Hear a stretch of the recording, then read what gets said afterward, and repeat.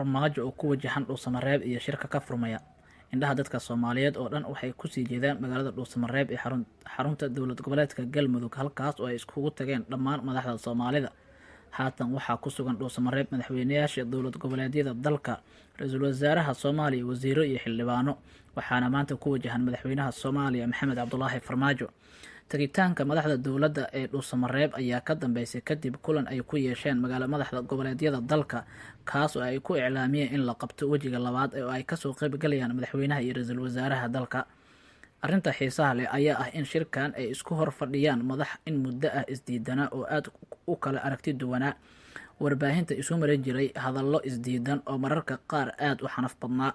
Madaxweyne Farmaajo iyo madaxweynayaasha Jubbaland iyo Puntland ayaa shirka isku arkaya tan iyo markii 2019 xilligaas oo lagu kala kacay shir amniga qaranka ee ka dhacay magaalada Garowe.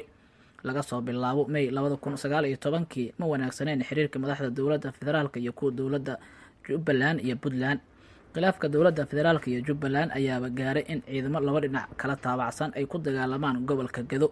Waxaa inta badan gobolkaas laga saaray Jubbaland kadib markii ciidamo xoog leh ay ku daabushay dowladda federaalka isla markaana laga awood roonaaday.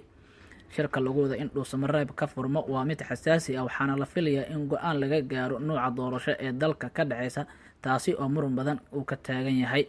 Hogaamiyaasha dowlad goboleedyada waa ay caddeeyeen in suurtagal aysan ahayn waqtiga haray oo yar awgees aysan dalka ka dhici karin doorasho qof iyo cod ah. Hase yeeshee madaxweyne Farmaajo iyo guddoonka golaha shacabka ayaa ku adkeysanaya in la qabto doorasho qof iyo cod ah, suurtagalna ay tahay. Arrinta kale oo shirkan xasaasiga ka dhigaysa ayaa ah in aysan caddayn madaxweynaha iyo ra'iisul wasaaraha isku aragti ka yihiin waxyaabaha ay la soo fariisan doonaan shirka ka dhacaya Dhuusamareeb, maadaama ra'iisul wasaare uusan si qeexan weli u caddayn aragtidiisa nooca doorasho ee dalka uu aadayo.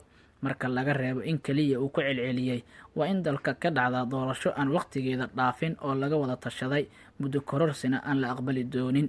Liibaan Cali Cabdullaahi, Liibaan Bakistaani, warbaahinta Jalaalaqsi.